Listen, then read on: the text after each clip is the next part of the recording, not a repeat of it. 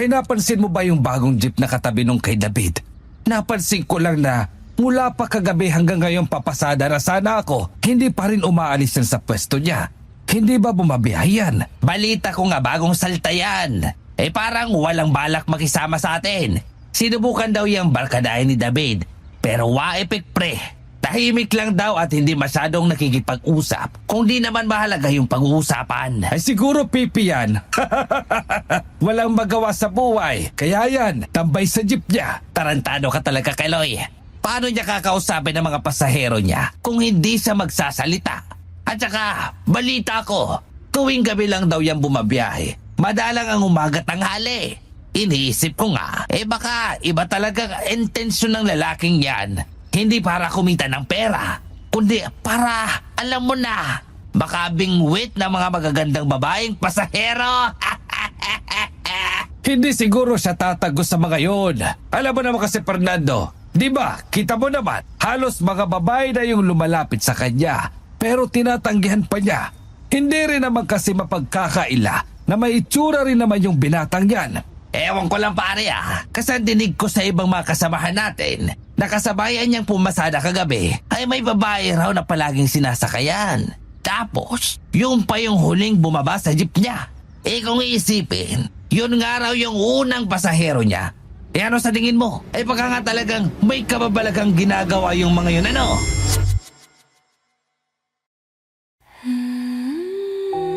Dear Miss Amy, minahal ko siya kahit siya'y aswang. Dear Miss Amy, pag-ibig ba ito o sumpa? Dear Miss Amy, natatakot ako sa kanyang lihim. Ito ang aswang love story. Dear Miss Amy.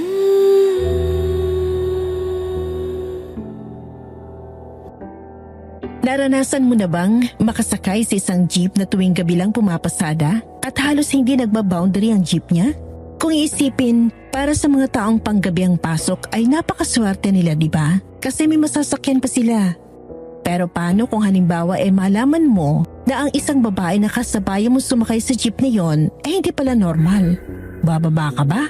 O ipagpapatuloy mo na lang yung biyahe hanggang sa makarating ka sa pupuntahan mo kasi sayang ang pamasahe? Sige nga, i-comment niyo sa baba ang mga options niyo ha. Babasahin ko. Sa biyahe ng buhay, hindi imposibleng makasalamuha ka ng mga taong walang dinadalang problema. Yung iba akala mo napakahayahay lang porket palagi mo sila nakikitang parang ang gaan ng takbo ng buhay. Pero ang hindi natin alam, magaling lang talaga silang magtago ng sarili nilang nararamdaman. Gaya ng ating letter sender for today, kung alam nyo lang kung bakit pagmamaneho lang ng jeep ang tanging sandigan niya, baka hindi pa kayo makapaniwala. Gusto nyo bang malaman kung bakit ang isang bilyonaryo ay naging driver na lang ng jeep? Halika, samahan nyo kung tuklasin ang kwento ng sender sa video na to.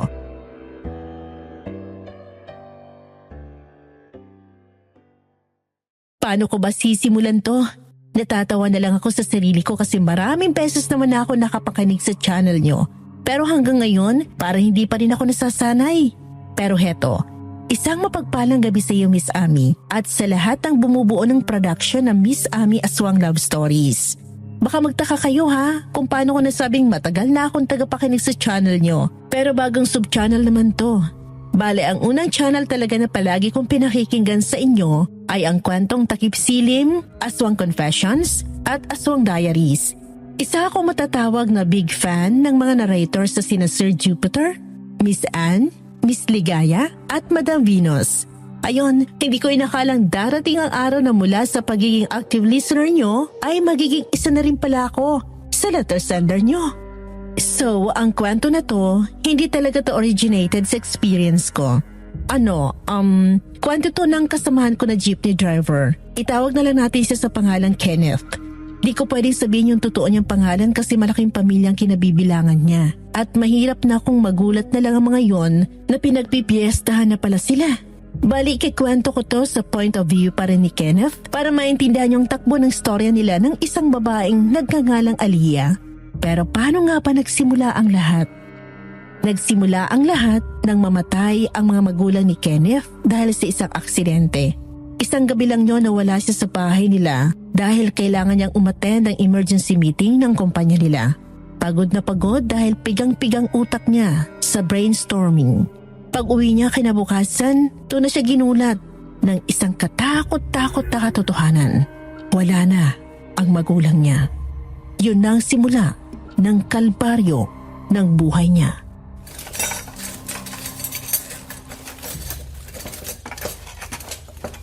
Oh, Tol, kumain ka muna. Eto, pinaluto ko yan kay Mami. Kailangan mong mabusog. Simula pa kahapon, wala ka pang kain. Kung nandito lang sina Tita Carissa, hindi nila magugustuhan na nakikita ka nilang parang walang buhay. Mula nang mawala sila Gary, hindi ko na rin maramdaman ang sarili ko. Tsaka wala akong gana, dude. Pero salamat sa concern mo. Pero paano mo niyan maasikaso ang kumpanya nyo? Hindi naman pwedeng mawala na lang bigla na mag-aasikaso sa negosyo nyo, di ba? Wala nang mas mahalaga pa kaysa sa pag-aasikaso nitong kaso ng pamilya ko, Gary. Makakapaghintay ang negosyo pero ito hindi. Ano pa bang gusto mong malaman, Tol? Eh di ba malinaw naman ang sinabi ng mga pulis na home invasion ang nangyari? Hindi pre, hindi lang yan simpleng home invasion. Walang bakas na may pumasok sa bahay. Walang ebidensya. Napakalinis. Maliban na lang sa nakita kong katawan ni na Mami at Daddy. Putya pre, sinong maniniwalang ganun lang kung halos maubos ang dugo sa katawan ng mga magulang ko? Kung nakita mo lang kung anong itsura nila nung mga oras na yon, baka pati ikaw, hindi ka patulugin ng konsensya mo. Halata sa mga mukha nila na nahirapan sila hanggang sa huli nilang hininga. May mga sugat sila sa katawan. Siguro sige, pwede nating i-consider yun na baka nga pinasok yung bahay. Pero nakita nyo naman sa autopsy, di ba? Masyadong malalim at parang di lang basta kutsilyo o kung anong matalas na gamit ang ginamit. Kenny, tama na muna. Naintindihan ko naman ang galit mo, ang lungkot mo. Pero hindi makakatulong kung puro hinala ang paiirali natin. May proseso ang batas at sinusunod na yun ng mga pulis. Proseso? Ilang araw na tito. Ilang linggo nang nakakalipas pero wala pa ring malinaw na sagot. Ang meron lang papel report at paulit-ulit na ongoing investigation. Samantalang patay na ang mga magulang ko. Kenneth, kalma lang. Hindi ka namin kinokontra. Ang sinasabi lang namin, makakailangan mo rin magpahinga. Hindi ka makakapag-isip ng maayos kung ganyan ka. Hindi ako pwede magpahinga, Gary. Habang natutulog kayo, ako, paulit-ulit kong nakikita sa isip ko yung itsura nila. Parang may kulang sa kwento. Parang may tinatago ang mga ebidensya. O may hindi lang gustong hukayin. Anong ibig mong sabihin? Noon, may mga natatanggap na pagbabanta kay Daddy. Hindi niya lang sinasabi sa amin kasi ayaw niya mag-alala kami. Ngayon, bigla na lang sasabihin ng lahat na random crime to. Hindi ako tanga, tito. Bakit ngayon mo lang to sinasabi? Kasi ngayon lang malinaw sa akin na hindi aksidente ang lahat. May dahilan kung bakit sila pinunteriya. At kung hindi gagalaw ang pulis, ako ang gagalaw. Kenneth, mag-iingat ka sa mga sinasabi mo. Ayoko may mangyari pa sa'yo. Ikaw na lang natitira sa pamilya mo. Kaya nga tito, hindi ako pwedeng tumigil. Para sa kanila to. Hanggat hindi ko nalalaman ang totoo, hindi ako titigil. Kahit mag-isa pa ako.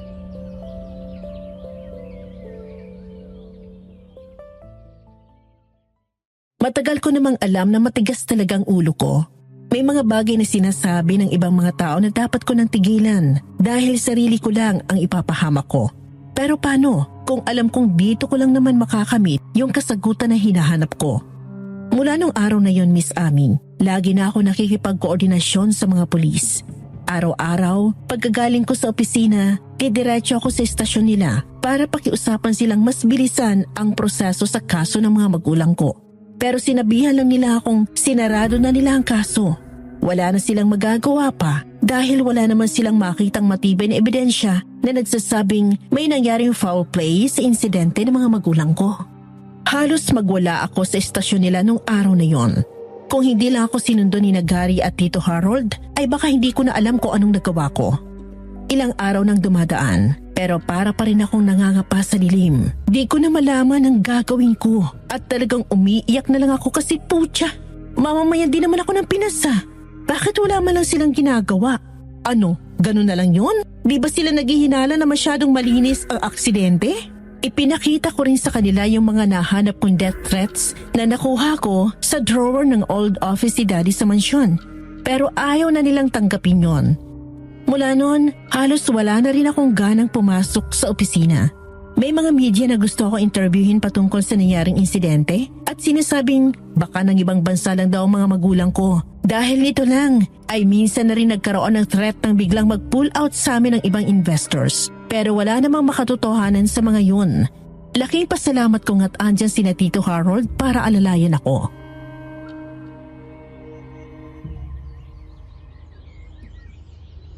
Normal lang yan. Ganyan talaga kapag sobrang shock. Huwag mong pilitin ang sarili mo ha. Kami na munang bahala sa lahat ng tita mo, pati na rin ni Gary. Tama si Dad Tol, hindi ka namin pababayaan. Sa lahat?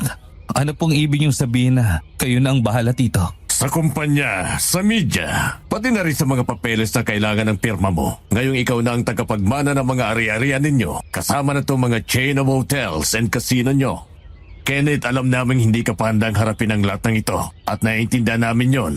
Ayaw naming mas lalo kang ma-pressure. Kaya ko naman po ang sarili ko. Kailangan kong kayanin para kina Mami at Daddy. Ayoko rin naman pong pabayaan kung anong iniwan nila sa akin. Ito na lang ang alaala nila sa akin. Teka Tol, tingin ko hindi lang para maging alaala ang kumpanya nyo. Baka kung pabayaan mo yan dahil lang sa tingin mo, collateral damage na lang yan sa lahat ng nangyari kina Tita Carissa. Mapabayaan mo yan. Alam ko naman ang gagawin ko, Gary. Alam kong dugot pawis ang pinundar nila dito. Kaya hindi ko rin naman magagawang ipagsawalang bahala na lang ang lahat ng hirap nila sa kumpanyang to. Mainit ang mga mata sa'yo ng mga investors at iba pang stakeholders sa opisina nyo, Kenneth. Tingin nila sa estado mo ngayon, masyado kang fragile para i-handle ang lahat. Kaya nga nag-offer akong kami na muna ang bahala sa'yo. Napakalakas sa mga magulang mo. Pero ikaw, iba ka, Kenneth. Masyado mong dinamdam ang lahat. Baka mapahama ka lang kung ipipilit mong saluhin ang mga responsibilidad ngayon. Hindi naman po siguro masamang alamin kung anong nangyari sa kanila, di ba? Kenneth, hindi mo na dapat pinahihirapan ang sarili mo na mag-isip. Hindi naman siguro magdedesisyon ang mga pulis na isara na lang agad ang kaso kung alam nilang may makikita pa silang posibleng butas, di ba? Tsaka ano bang mangyayari kung malaman mo nga? Hindi mo na rin naman may babalik ang buhay ng mga magulang mo. Tito, kapatid ka ni Daddy. Pero bakit parang andali lang para sa yung tanggapin ng lahat? Ano naman kung hindi ko sila maibalik? Ano man lang ba yung makuha ko ang hustisya na nararapat para sa kanila, di ba? Kung alam mo lang kung gaano ako ka-confused at ka-frustrated ngayong mga oras na ito, Kenneth. Ginawa ko rin naman ang lahat at hanggang ngayon naghahanap pa rin ako ng paraan para man lang kahit sa pag-aalaga ko na lang sa'yo. Maipakita ko kay Kuya Hans na kahit wala na sila ay inaalagaan pa rin kita. Magpahinga ka na muna, Kenneth. Hayaan mong kaming maging pamilya mo ngayon.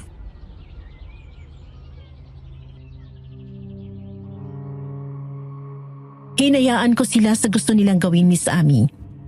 Sa mga nagdaang linggo, mula sa tambak ng mga papeles na nasa lamesa ng opisina ko sa bahay, ay nababawasan hanggang sa wala na akong matanggap. Sinasabi lang ni na Tito Harold na naayos na nila ang kung anumang problema sa kumpanya.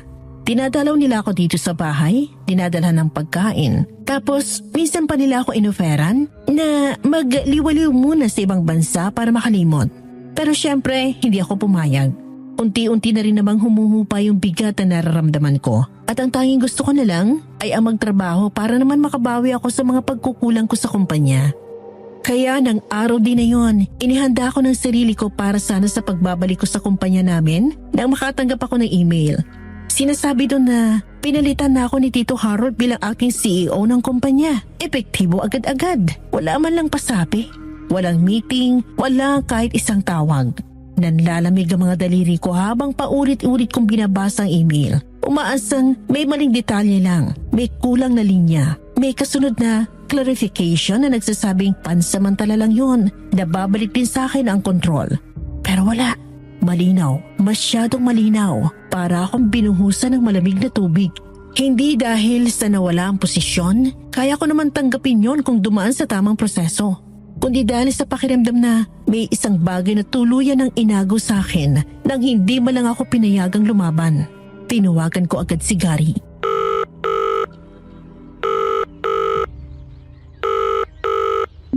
Gary, alam mo bang tungkol dito? Tol, katatawag lang din ni Dad kanina. Sabi niya, temporary measure lang daw. Para raw maprotektahan ka. Para raw sa kumpanya. Para sa akin? Kailan pa naging proteksyon ang pag-alis ng lahat ng karapatan ko? Kenneth, hindi ganun ang intensyon. Di mo ba napapansin ha? Una, isinara ang kaso. Pangalawa, kinuha ang mga papeles. Ngayon, pati kumpanya. Gary, para akong unti-unting binubura sa sarili kong buhay. Sige na Gary, sa susunod na lang natin pag-usapan yan. May dumating kasi. Sige, Tol. Kakausapin ko rin si Daddy tungkol dyan. Sige, salamat.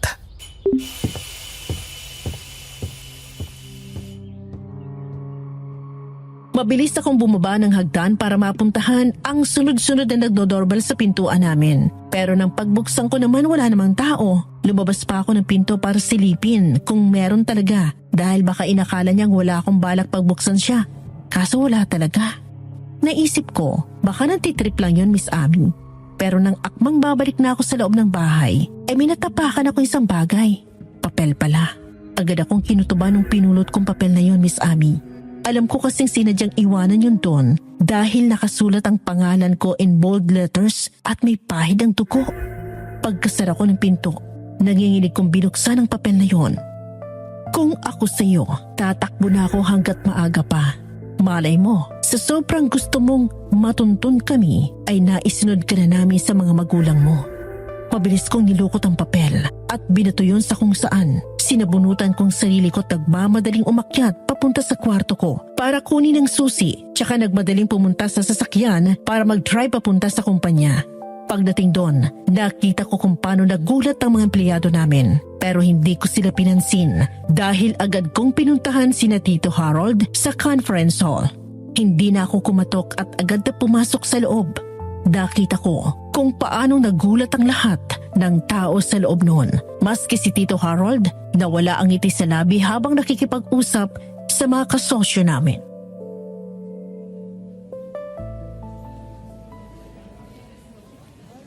I need to talk to you, Tito. If you excuse me, sa opisina na tayo mag-usap, iho. Tumawag sa akin kanina si Gary. Sinabi niya na gusto mo akong makausap tungkol sa desisyon ng board.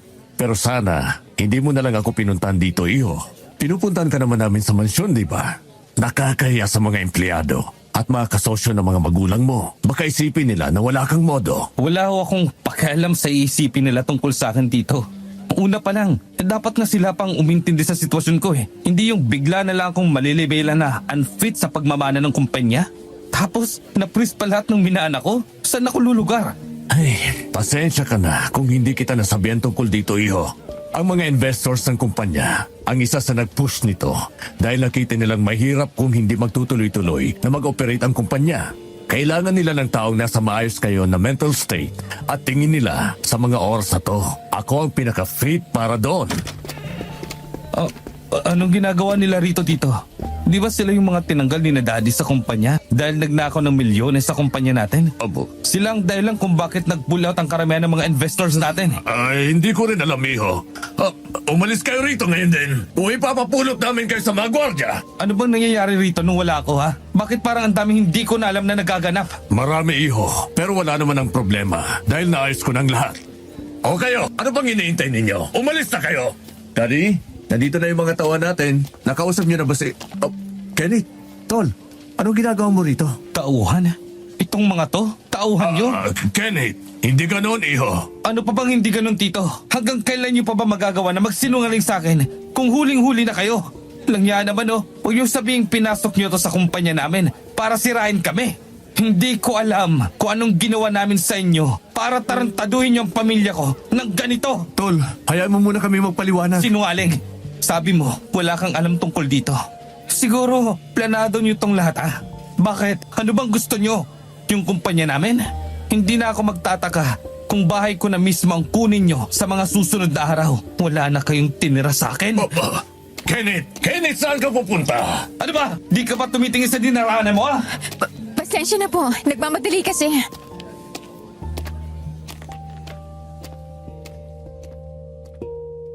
Di ko na siya pinansin pa at mabilis na sumakay sa sasakyan ko tsaka ko pinasibad palayo sa building namin. Ang bigat ng dibdib ko ng mga oras na yun, Miss Aming. Hindi ko inakalang darating sa puntong ako na mismo ang maghahanap ng paraan para makalayo lang sa pamilya ko. Parang hindi ko kayang tanggapin na mismong kadugo ko pa ang magtatraidor sa akin.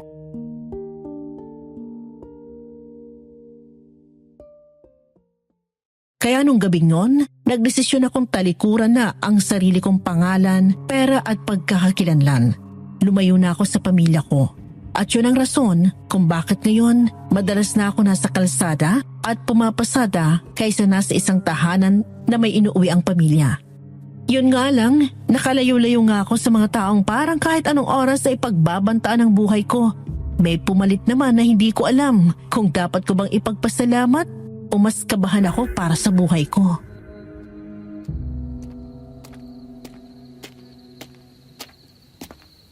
Kuya, pwede pa pong sumakay? Oo, pwede pa. Sakay na. Salamat po.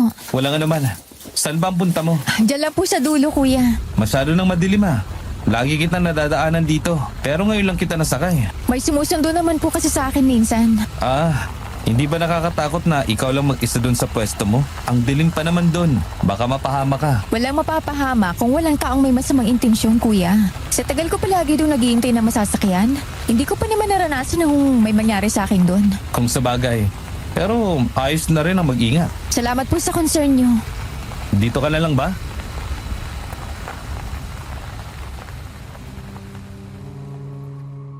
Pagtingin ko sa salamin ng jeep, wala ng tao. Inikot ko pa ang katawan ko para malinaw na makita kung nandun pa ba talagang babae o wala na. Pero hindi ko na siya nakita. Naisip ko tuloy, langya, naisahan niya ako dun ah. Mukhang mahilig yun mag 1, 2, 3 sa mga jeep. Bumuntong hininga na lang ako. Akala ko nga yun ang huling beses na makikita ko siya at magiging pasahero sa jeep ko. Pero hindi, kasi sa mga sumunod na mga gabi, ay palagi na siyang sumasakay sa jeep ko. My first impression of her was innocent. Too innocent. Mainhin magsalita, parang di makabasag pinggan ang mukha. Kaso ang hilig pumuslit, wala yatang pambayad ng pamasahe yun.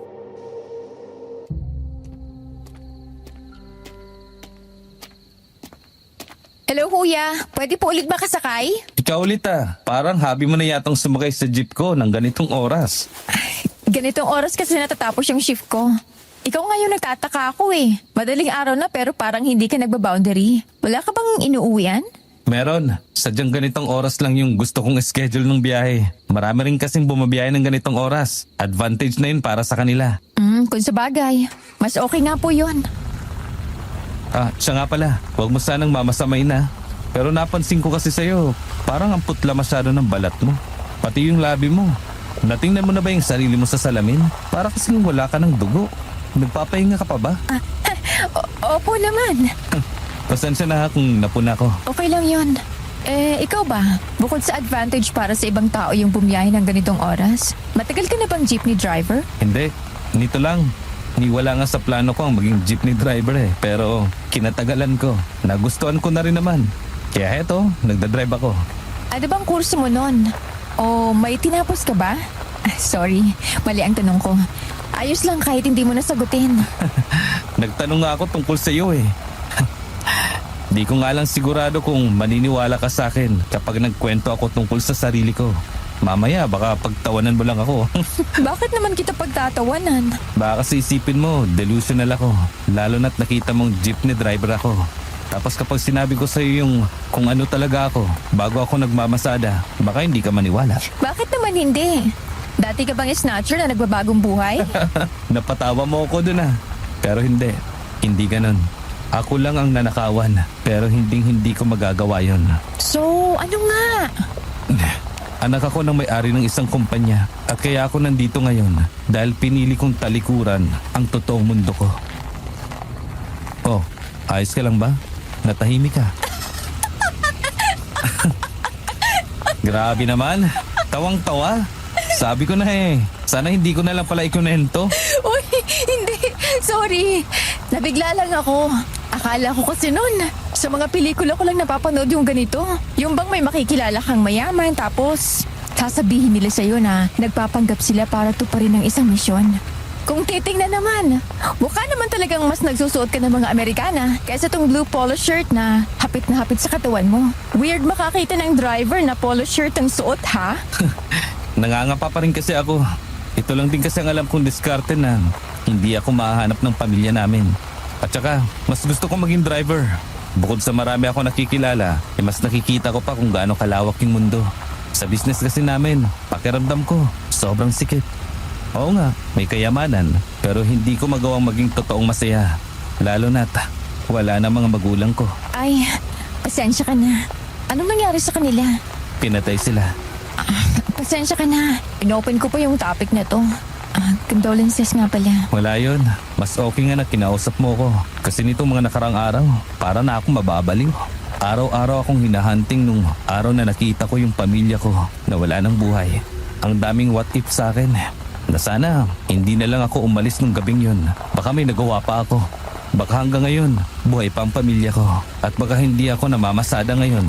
Hindi mo ba pinagpatuloy yung investigasyon? Ayaw na lang tito ko. Hindi na rin binuksan pa ulit ng mga pulis yung kaso. Bakit ayaw niya? Sino ba siya para mag-decide para sa'yo kung anong dapat mong gawin? Tsaka wala talagang kwento yung justice system dito sa Pilipinas. Akala ko dati, pag mayayaman, mabibilis ang proseso sa kanila. Not unless may foul play. Oh. Naisip mo na ba yun? Foul play? Hindi pa. Alam mo, binigyan mo ako bigla ng ideya. Hindi ko man alam kung sa paanong paraan kita binigyan ng ideya pero sana makamit mo yung hustisya para sa pamilya mo. Ay, dito na pala ako. Salamat kuya ha. Oo, sige. Salamat din. Teka, yung bayad mo muna. Naisa na naman niya ako.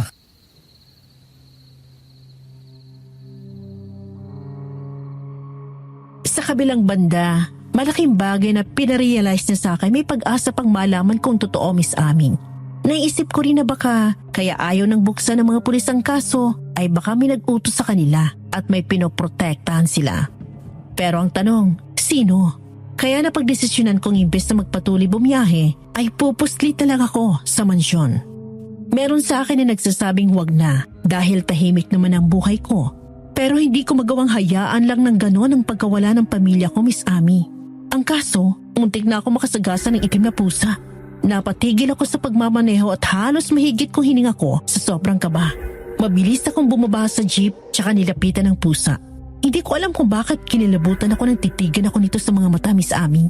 Naalala ko kasi yung usapan ng mga jeepney driver na kasamahan ko tungkol sa mga malas at isa sa sinasabi nilang senyales ay kapag naka-encounter ka ng itim na pusa. Siyempre, hindi naman ako naniwala. Hahawakan ko sana siya para amuhin ang bigla siyang agresibong humuni. Nakalmot ang braso ko kaya napaigik ako, Miss Ami. Muli pang nagbiyaw ang pusa bago ako iniwanang tulala sa kawalan. Naisip ko, baka senyales yun na dapat hindi ko muna puntahan ang bahay, lalo na't munti ka na may mangyaring di maganda sa akin. Alam ko na pagdating sa mga may buhay na ganito, maaaring buhay rin ang maging kapalit. Kaya naman imbes na tumuloy ay umuwi na lang ako sa inuupahan kong bahay, malapit sa pinagbaboundarihan ko.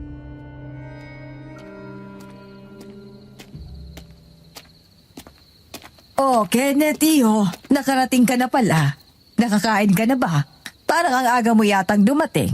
Nitong mga nakaraang araw, madalas mag-uumaga ka nang nagbaboundary. Nakaramdam lang ho ako ng pagod, Aling Teresita. Hindi na rin kasi naging maayos yung tulog ko nitong mga nakaraan. Para akong nanghihina. Ay, nako, iho. Abay, binigla mo naman kasi ang katawan mo. Alam mo namang hindi ka sanay sa puyatan. Lalo pat hindi ka naman sanay pumasada, hindi ba? O ayan, wala pa nga pero sinisil ka na agad ng katawan mo. Wala naman hong ibang pwedeng maging kabuhayan, Aling Teresita. Kung dito lang. Kung pababayaan ko ang sarili ko, hindi ko alam kung paano ako mabubuhay. Ay, nako, napakarami kaya. Tsaka sa itsura mong yan na mistiso at gwapo. Madaming babaeng magkakandara pa sa iyo. Pwedeng-pwede kang mag-artista. Bakit hindi mo subukan? Hindi lang po sanay sa atensyon. Ay, ibang-iba na talaga ang mga kabataan ngayon kumpara sa mga kaedaran mo, iyo, ano? Unti-unti na silang nilalamon ng pag-usbong ng teknolohiya. Abang kayo, mas gusto nyo pang malayo sa mga ganong bagay. Ganun ho talaga. Magkakaiba rin po kasi ang kinalaghan namin. Sige po, papasok na po ako sa loob para makapagpahinga. O siya, sige. Kung may kailangan ka, wag kang mahihiyang kumatok sa bahay, ha? Opo, salamat po. Parang bigla akong namiss ang bahay ah. Hindi na ba talaga pwedeng bumalik kayo? Ma'am, Dad, ang hirap tanggapin eh. Parang kahapon lang, kada umuwi kami ni Dad sa bahay at pagod pa sa trabaho, sasalubungin mo pa kami, ma'am, ng masarap mong luto. Kasama mo pa yung kapatid ko. At tapos, kakain tayo ng sabay at mag-uusap tungkol sa mga nangyari sa mga araw natin. Aakyat tayo sa taas para uminom sa veranda, Dad. Naalala ko pa kung gaano ka ka-excited para sa akin dahil nakikita mo kung gaano ako nagtatribe para para mapatunayan kong karapat-dapat na ako maging tagapagmana mo. Nangyari nga, Dad. Pero bakit kailangan mawala kayong pamilya ko? Hindi ko matatanggap to. Kahit kailan. Ano yung maingay na bumagsak na yun? Teka, anong oras na ba? Shit! Ay, 3:00 na pala ng umaga. Makatulog na nga.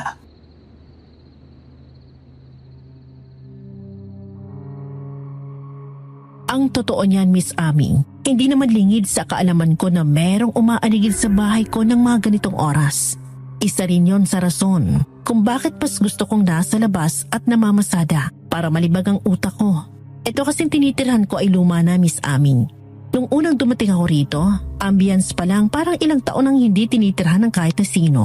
Pagpasok mo, merong 2 sofa sa gilid ng pinto na tila gamit na. Marami ring santo at larawan ng mga santo sa paligid. Pati yung tokador at mga cabinet, mga pang sinauna. 2 ang kwarto rito at yung isa, ginawa kong kwarto para sa mga gamit ko. Sa likod at gilid ng bahay ay may naglalakihan daw ng saging at parang bahay ng mga duwende. Kaya hindi na bago para sa akin na may naririnig mula 12:00 ng umaga hanggang mag 5:00 dahil ramdam kong buhay na buhay sila sa mga oras na yon. Minsan, nagugulat na lang ako kung bakit ang tapang ng amoy ng ihi sa gilid ng bahay kung saan nandun yung malaking puno. Tapos naalala ko na lang na oo nga pala, nabanggit ni Aling Teresita na may nakatira sa punong yon. Yun lang ang nasa isip ko hanggang sa hindi ko na malayan, nakatulog na pala ako.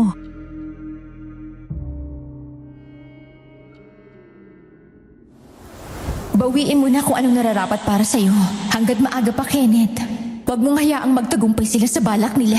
Sino ka? Bakit puro dugo yung mukha mo? Yung mga taong pinagkakatiwalaan mo, hindi totoong dapat mo silang pagkatiwalaan. Lahat gagawin nila para lang sa sarili nilang kapakanan. Maniwala ka sa akin, Kenneth. Kailangan mong bumalik sa inyo at alamin ang totoo. Sa katotohanan yun, mapapakawalan mong sarili mo. Hindi ko maintindihan. Sino bang tinutukoy mo? At saka, totoo namang may balak akong bumalik sa amin pero hindi pa ngayon. Pagmadali ka.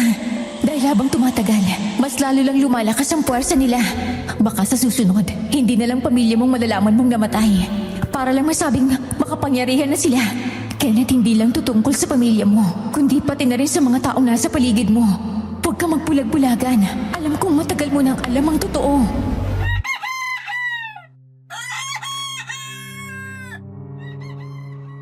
Bigla na lang akong nagising at narinig ang maingay na tilaok ng manok. Umaga na pala. Yung panaginip ko, parang totoong-totoo, Miss Ami. Naiintindihan ko man kung anong gustong sabihin ng babae sa panaginip ko, pero hindi ko lang mawari kung bakit siya. Bakit hindi ang pamilya ko ang nakita ko sa panaginip ko? Bakit hindi silang nagpupush sa akin na kumprontahin ang dapat kumprontahin? Nang umagang yon, maaga akong pumasada. Nagtataka yung mga kasamahan kong driver dahil hindi sila sanay na sumasabay ako sa kanilang pumasada. Kahit ako naman, ganon din. Pero habang namamasada, sinubukan ko mag-iba ng ruta. Pumunta ako sa mansyon. Pumarada lang ako sa di kalayuan, tsaka bumaba para makahanap ng magandang pwesto na pwedeng tanawin ng mansyon. Nalungkot ako, Miss Ami, dahil ang lungkot na nitong tingnan. Hindi rin nagtagal ay may lumabas na 2 lalaki sa mansyon at hindi ako nagkamali. Si Tito Harold at si Gary. Mukhang masayang-masaya sila. Sabay pa silang sumakay sa mga mamahaling sasakyan nila. Ang ipinagtataka ko, kailan pa sila nagpupunta rito? O dito na ba sila nakatira? Pero ang mas gumulat sa akin ay ang bagong dumating sa gate ng mansyon. Si Aliyah. Paglingon niya ay para pang nagulat ang itsura niya nang makita ko, tsaka mabilis na naglakad palayo. Di ko alam kung anong pumasok sa isip ko pero hinabol ko siya, Miss Ami. Pero masyado talaga siyang mabilis maglakad. Sa huli, hingal na hingal lang ako. Wala akong nagawa kundi ang bumalik sa jeep ko at umalis sa lugar na yon.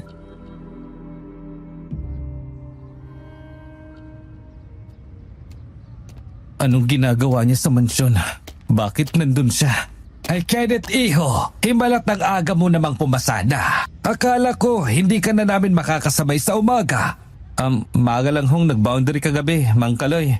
Madalas na rin kasing puyat, kaya nakakaramdam na rin ng pagod. Ikaw bata ay tiba-tiba ka no? Lapit din ng mga babae, kaya hindi na ubusan ng pasahero.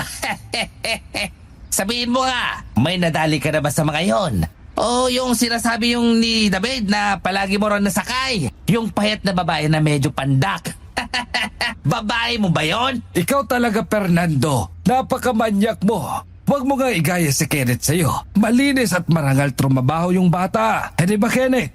Kaya ayaw sa'yo makipagpalit nitong bata, masyado kang malisyoso. Bakit? Ano bang masama sa sinabi ko, Kaloy? Kung jowa nga nitong ni Kenneth, yung babaeng yon, ano naman ang masama? Nagtatanong lang naman ako Kung hindi naman, baka pwedeng ibigay mo na lang sa akin yun. Balato ba? Medyo natatakam kasi ako sa kanya dahil ang kinis at ang ganda niya. Mang Fernando, malaki ang respeto ko sa inyo bilang kayo nakakatanda sa akin dito. Pero hindi naman ho yata tama na ganun nyo na lang bastusin si Aliyah. Wala ho ba kayong anak na babae? O kahit asawa man lang? Respeto naman ho sa kanila. Paano kung sa kanila gawin yung ginagawa nyo ngayon? Hindi kaya kayo karmahin yan? Iho! Pagpasensyahan mo na tong si Fernando. Nakainom kasi si Kosa, kaya ibang tama nito. Tapos sinuspindi pa, kaya talagang hindi matahimik. Palampasin mo na ha. Hoy, ikaw naman pre, wag ganon. Bastos yun, nakakawalang respeto. Sige na iho, lumakad ka na muna ha. Ako nang bahala rito kay Fernando. Kaya naman ho pala hindi matino kung makipag-usap. Nakainom pala. Huwag ho sanang pairalin ng disappointment sa pambabastos sa kapwa nyo. Sige ho, Mang Kaloy. Mauna na po ako.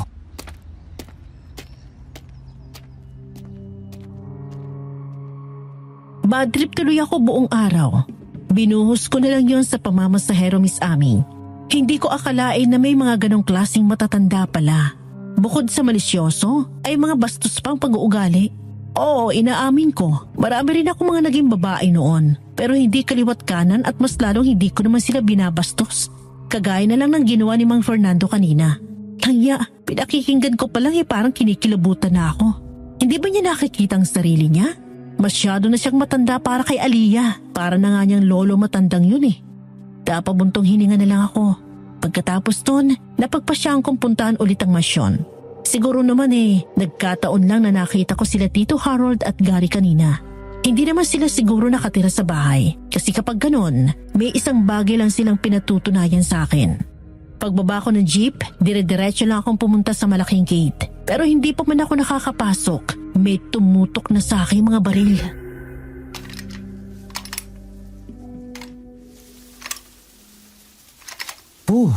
Kailan pa nagkaroon ng mga ganito dito? Look who we have here. Our prodigal nephew. Bakit ka pa bumalik, Kenneth? Lumayas ka na, di ba? Ano pang ginagawa mo rito? Kailan pa kayo lumipat dito sa mansyon, Tito Harold? At sino ang nagbigay sa inyo ng pahintulot na dito na manirahan? Hindi mo pa rin yata nakukuha, iho. Sa tingin mo, bakit? Ang kumpanya, ang ari-arian, ang pera, kasama na rin itong bahay. Di ba kami na ang namamahala? Kaya bakit ka pa nagtatanong kung bakit kami nandito? Malamang, dahil pagmamayari na namin ang pamamahay na ito. Bullshit! Sa pamilya ko ang mansyon na to. Hindi ba kayo nakontento na nakipagsosyo kayo sa mga kalaban ng kumpanya namin? Pinabalik nyo pa ang nagtraidor sa amin. Tapos pati ba naman tong kaisa-isang natirang ala-ala sa akin na magulang ko? Kukunin nyo pa? Finders keepers. Kenneth, kami ang nag-alaga sa bahay na ito. Kaya natural lang din na kami ang mamamahala. Bakit? Akala mo ba hindi ito kukunin ng bangko kung sakaling ikaw pa rin ang mamamahala rito? Think again. Tsaka, pasensya ka na kung bakit ganyan ang pa-welcome sa'yo na mga tauhan ko. Nitong mga nakaraang araw kasi, may pagbabanta sa amin. Kaya nag-iigpit lang kami. Put your guns down, boys! Pinagkatiwalaan kita, Tito Harold. Kayo ni Gary. Alam nyo kung gaano kasakit sa akin ang pagkawala ni Dad. Pero anong ginawa nyo? You took advantage of my pain. Hindi ko alam kung anong pumasok sa kokote niya. Nagawa niyo kaming tarantaduhin. Naging mabuti kami sa inyo. Pati na rin ang mga magulang ko. Ano kayong mangyayari kapag nakita at nalaman ni na ma'am na ganito ang pakikitungo niyo sa akin, ha? Oo nga pala. Kayong mismo ang nagre-refuse na alamin ang katotohanan. Bakit? Dahil ba may kinalaman kayo sa pagkamatay nila? Buhayin ba natin sila? Para malaman natin kung anong reaksyon nila, iho? Kung ako sa'yo, Kenneth, tahimik na lang akong aalis at kakalimutan na nangyari ang kumprontasyon na to, hindi ka pa mapapahamak.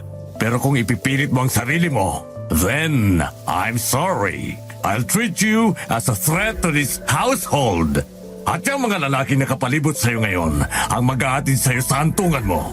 Yus! Babalik ako. At sa pagbabalik ko, sisiguraduhin kong babawiin ko kung anong para sa akin, Tito Harold. As you wish, Kenneth. As you wish.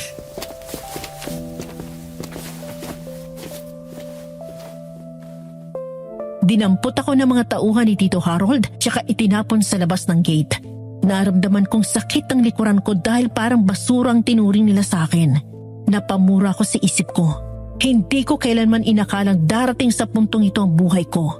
Kahit na hindi naman talaga maiiwasang walang kumalaban kay Dad dahil sa galing niya sa paghandle ng kumpanya. Pero ang hindi ko inaasahan, yung mismong kapamilya pa namin ang gagawa nito sa amin. Bumuga ako ng hangin, tsaka inalalayan ng sarili kong tumayo para sumakay ulit sa jeep ko. Hindi naman dito matatapos ang lahat, Miss Ami. Bilog ang mundo. Kailangan ko lang mahanap ulit ng tiyempo para makabalik doon at mabawi ang lahat ng para sa akin.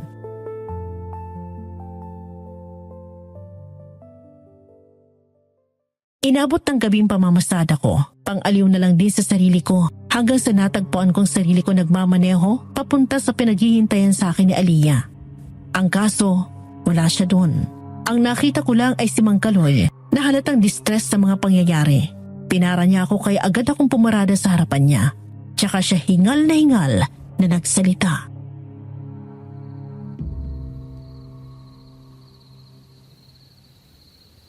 Iho! Tulungan mo kami! Si Fernando! Ano po nangyari, Mang Kaloy? Bakit puro kayo duguan?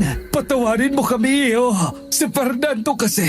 Hindi ko siya mapigilang pagsamantalahan yung babaeng lagi mong sakay. At ngayon... Ano? Anong ginawa niya kay Aliyah?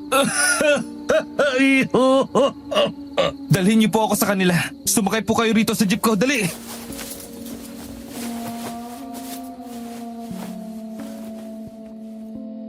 Inalalayan ko ang matanda na makasakay sa jeep tsaka ko pinasiba dito, Miss Ami. Parang nakalimutan ko lahat ng mga pinoproblema ko kanina lang at ang tanging tumatak lang sa utak ko ay kung anong ginawa ni Mang Fernando sa kaibigan ko, Miss Ami. Hindi ko naman inakalang babalaking niya talagang pagsamantalahan si Aliyah, ang babaeng walang kalaban-laban sa mga lalaking katulad niya. Pinatigil ako ni Mang Kaloy sa isang eskinita kung saan may narinig akong kakaibang ungol ng hayop na sinasabayan ng pag-iyak ng isang matanda. Sabay kami bumaba ng jeep ni Mang Kaloy, tsaka ko siya sinundan papasok ng eskinitang yun.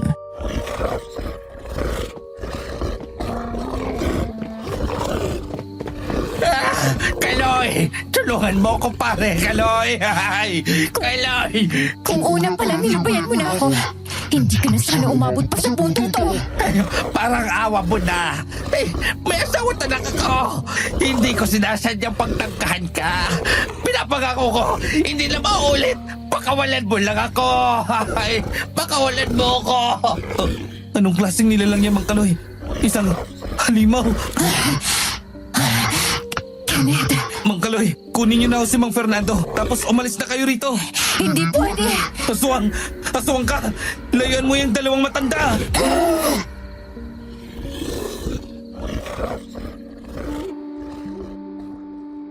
Hindi na ako nakagalaw ng parehong damputin ng halimaw ang dalawang matanda na parabang ang gaan nila. Tsaka isa-isang ibinalibag sa simento. Nawala ng malay sina Mang Kaloy at Mang Fernando at walang pusong nilapayo ng halimaw. Nanigas ako sa kinatatayuan ko ni hindi ko magawang makahakbang para lapitan ng dalawa, Miss Ami. Kitang-kita ng dalawang mata ko kung paano nito winasak ang katawan ng dalawa. Halos masuka-suka ako habang pinapanood ko kung paano nito kinakamay ang mga lamang loob nila tsaka nginunguya. Pagkatapos, lumingon nito sa akin. Hindi ko alam kung anong pumasok sa utak ko pero nilapitan ko siya, Miss Ami, na siyang dahilan para umatras siya palayo sa akin. Sa hindi malamang dahilan, imbes na matakot, gusto ko pa siyang lapitan.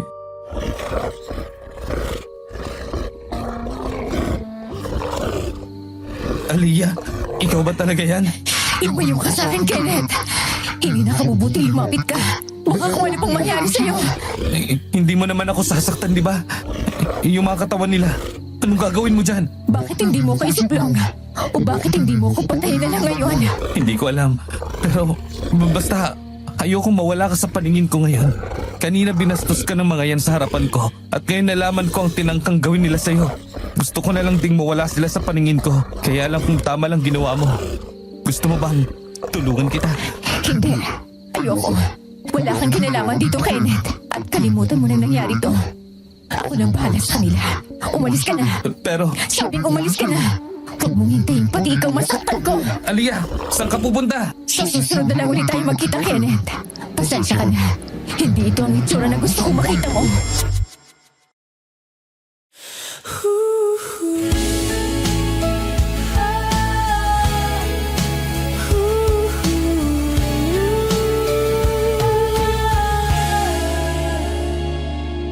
Nagmamaneho ako sa gabing tahimik.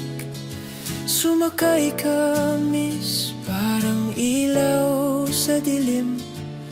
Isang tingin mo lang, puso ko'y sumabog. Di ko inasahang sa'yo ako mahuhulog.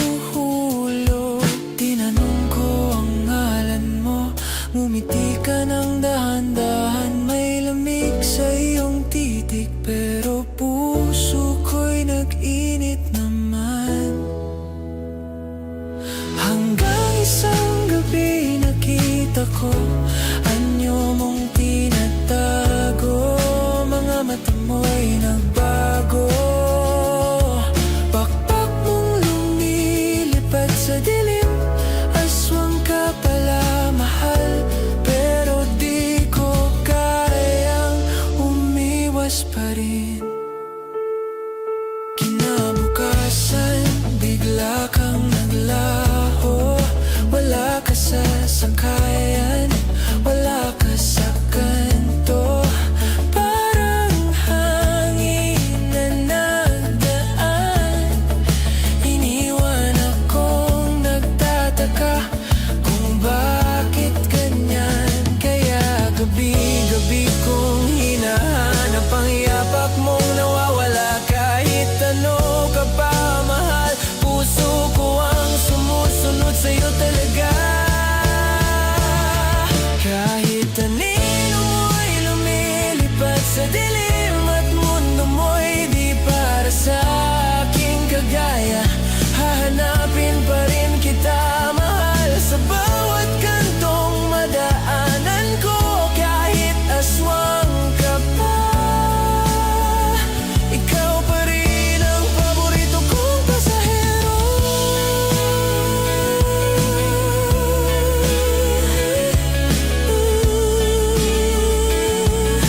Ikaw pa rin ang paborito kong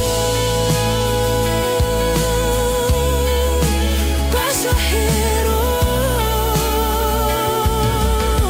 Kahit saan ka magtago,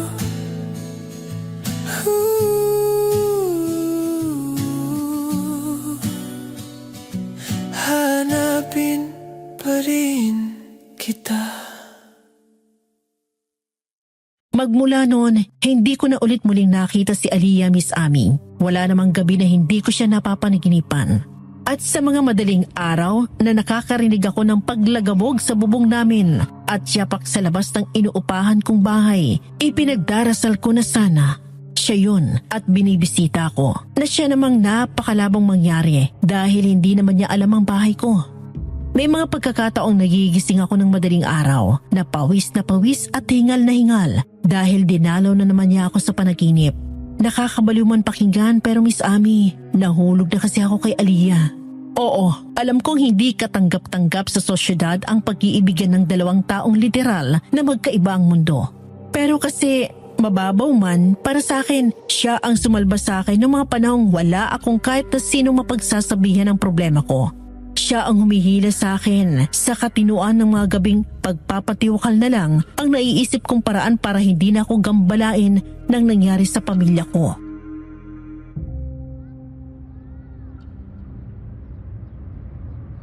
Aliyah?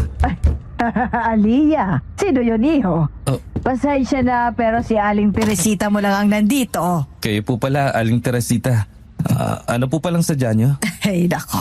May dala pala akong ulam para sa'yo. Alam kong hindi ka pa kumakain. Abay mula yata nung umuwi ka ng nakaraang gabi, hindi na kita nakitang lumabas pa ulit. Kumakain ka pa ba? Hindi pa nga po eh. Salamat po sa concern nyo. Pasok po kayo, Aling Teresita. Sige, iho, para mapaghanda kita nitong pagkain. Pasensya na po kung medyo magulo rito sa loob ng bahay ko Hindi pa po kasi ako nakakapaglinis. Ano po ba yung ulam na dala nyo, Aling Teresita? Adobong sitaw. Ito kasing request ng apo ko. Nakain ka ba nito, iho? Opo. Mahilig naman po ako sa gulay. Halip po kayo dito sa kusina, Aling Teresita. Napansin ko sa'yo, Kenneth. Parang wala ka sa sarili mo. Ayos ka lang ba? Napakalalim ng eyebags mo, oh. Hindi ka ba nakakatulog ng maayos dito? Ayos naman po ako. Hindi lang talaga maayos ang tulog ko dahil nasanay po akong gising ng madaling araw. Nabigla yata yung katawan ko nung umaga na ako pumapasada. Ay, ganun ba? Siya nga pala, nabalitaan mo na ba? Nawawala raw yung mga kasamahan mo, Sina Kaloy tsaka Fernando. Ilang araw na rin pero sinukuan na nung mga asawa dahil may mga nakasabayan silang naghahanap sa dalawa. Yun pala, na lamang may mga kabit. Ay naku, kung ako yon, masasayangan ako. Abay, hindi ba naman ako nagkaroon ng pagkakataong putulan yun ng ari? Baka naghanap po ng ibang putay, Aling Teresita. Ang tatanda na pero naghahanap pa rin ng ipapalit sa mga asawa nila. Ay nako, ayun na nga, iho. Ganun din ang napangasawa ko noon bago siya namatay. Ibang-iba talaga siya sa lalaking nakilala ko. Kasi yung nakilala ko noon, handa niya akong pagsilbihan. Lahat gagawin niya. Kahit pang ibig sabihin noon ay kailangan kong iwanan ng mundo ko para lang sa kanya. Meron ho bang ganun, Aling Teresita? Oo naman, iho. Kung hindi kami nagkatuluyan ng napangasawa ko, kung hindi lang ako hinadlangan ng mga magulang ko, baka wala ako rito sa mundong ito.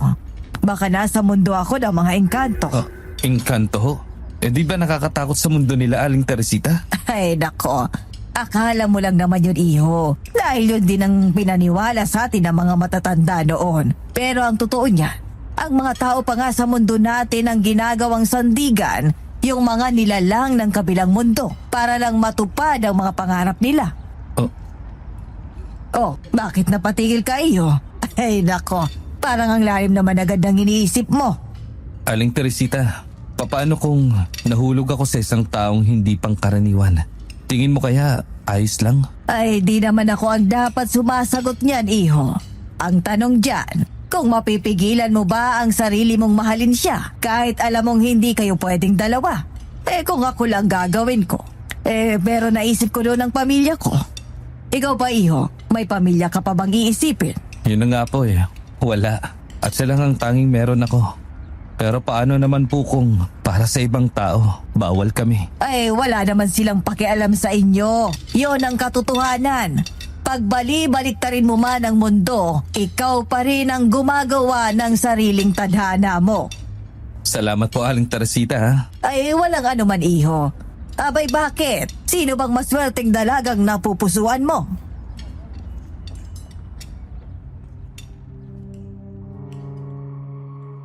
Ngiti lang ang tanging naisagot ko kay Aling Teresita. Sa ngayon, ang hiling ko lang muna, Miss Ami, ay sana magkita kami ulit ni Aliyah. Bumalik ako sa pamamasada na parang walang nangyari. Sa terminal, naging usap-usapan nga ang pagkawala ni na Mang Kaloy at Mang Fernando. Sabi ng iba, may binanggaraw na malaking tao ang dalawa. Sabi naman ng iba, may mga babaeng ginantihan sila. May nagbiro pa na baka raw kinuha na sila ng mga nilalang na matagal na nagmamasid sa lugar. Pero hindi rin nagtagal yon. Kaya gumaan din agad ang takbo ng utak ko dahil ibig sabihin lang, hindi ko na kailangang mag-alala para kay Aliyah.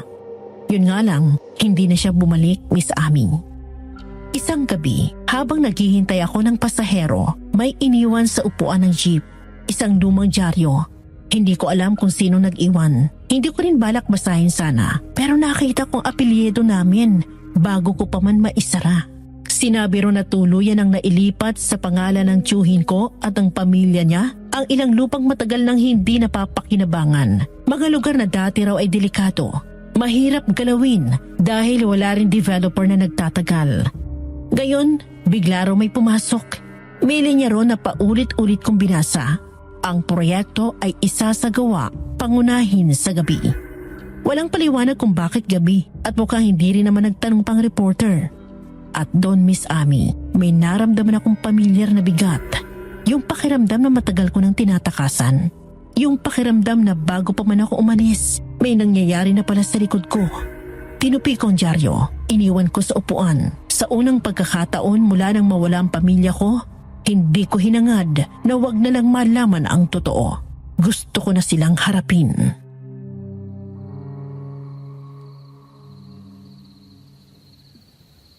Kenneth, Aliyah, ikaw pala. Teka, Aliyah? aray, ang higpit mo naman kung makayakap. Para naman ako mababalian ng buto niyan. Hindi lang ako makapaniwala na bumalik ka. Akala ko hindi na ulit tayo magkikita. Hindi naman kasi pwedeng hindi ako bumalik. Lalo na kayong hindi na kita kayang bantin mula sa malayo. Bantayan? Anong ibig mong sabihin, Aliyah? Ang totoo niyan, Kenneth, matagal na kitang binabantayan. Hindi dahil gusto ko, kundi dahil bahagi ka ng isang kasunduang ayaw ko sanang makita. Anong kasunduan? Alam kong noong araw na nakita mo akong nakatayo sa gate ng mansyon niyo, marami ng tanong ang pumasok sa isip mo.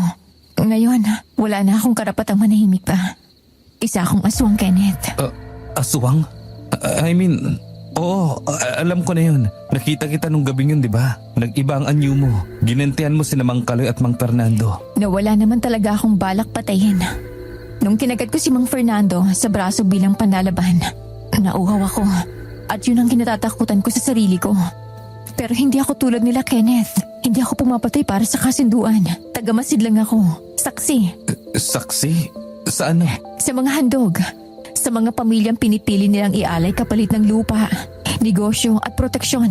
Nung nakaraan ko pa hindi maintindihan kung bakit kita kailangan mapanaginipan. Kung bakit pilit mo akong pinapabalik sa mansyon.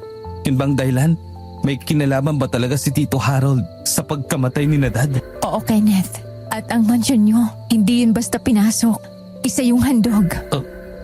Ibig mong sabihin, tama ang hinala ko. Ibig sabihin, ipinagpalit ng Tito Harold mo ang buhay ng mga magulang mo, kapalit ng marangyang buhay. At kung hindi ako nagsalita ngayon, isa na naman akong aswang na nabuhay dahil may namatay. Bakit ngayon mo lang sinabi? Dahil mas nagiging malala ng pagiging sakim ng tiyuhin mo. Hindi basta-basta ang lahi namin, Kenneth.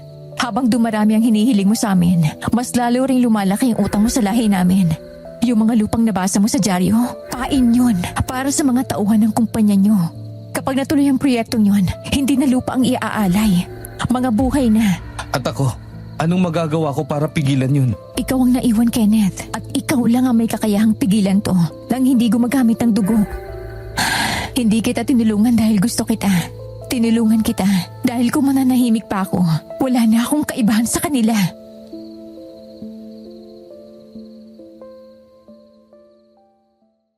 Ilang araw na rin mula nang malaman kong totoo ay nagmamanman kami sa mansyon dahil hindi namin magawang matsyempohan na walang tao sa bahay. Pero isang gabi ay nagkaroon kami ng pagkakataon kaya hindi na kami nagdalawang isipang pumuslit ni Aliyah.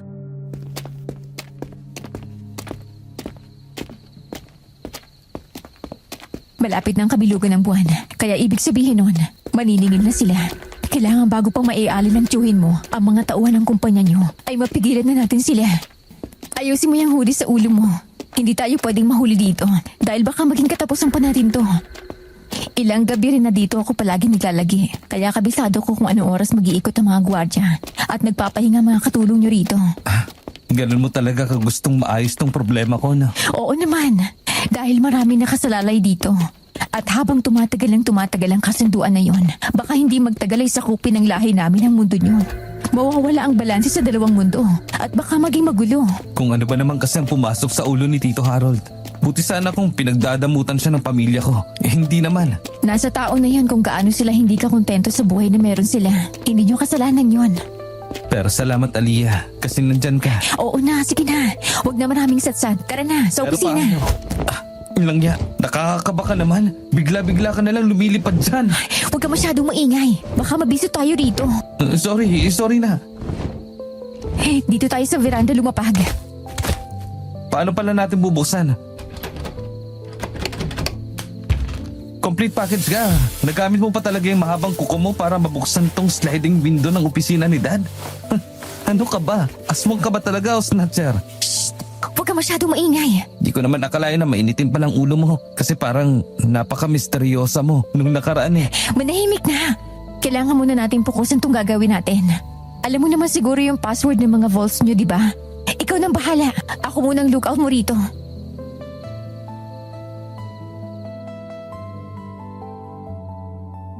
Aaminin ko, Miss Ami, kinikilig ako. Para kasi kaming nasa isang pelikula na dalawa. Pero winaglit ko rin yun sa utak ko at nagsimulang hanapin ang mga papeles, mga dokumento, ledger at kung ano-ano pang resibong nakita ko. Kinuha ko yon at isa-isang binasa at pinagdugtong. May deed of sale at titulo ng lupa na dati nakapangalan sa mga magsasaka at simpleng pamilya. Ngayon ay nakapangalan sa mga tiyuhin ko. May ledger ng negosyo na nagtatala ng pera mula sa kontrata sa proyekto at sa pasugalan ng baryo. Lahat biglang lumipat sa parehong entity. May memory ng promosyon at talaan ng mga pamilya na biglang nagkaroon ng puhunan o supply. Parang pinili base sa pattern na hindi makatuwiran kundi planado. May sulat na nag-uulat kung sinong nag-alok ng handog sa sistema. Mga anak at ari-arian kapalit ang proteksyon at impluensya. At may confidential notes kung paano inorganisa ang mga lupaing pinamumugaran para gamitin lamang sa gabi. Pati mga pangalan ng mga tauhang nakatakdang sumunod sa sistemang yon. Habang pinapasa-pasa ko ang bawat pahina, ramdam ko ang bigat ng katotohanan. Ipapakita ko na sana yon kay Aliyah nang maramdaman kong may humampas sa bato ko. Nagdilim ang paningin ko. Nagising na lang ako nakagapos ng katawan sa isang upuan. Tapos sa harapan ko ay bumungad si Tito Harold. Nakangisi siya kung saan bakas ang inis sa pagmumukha. Sinubukan kong kumawala pero alam ko rin sa sarili kong hindi rin naman magiging madali ang lahat.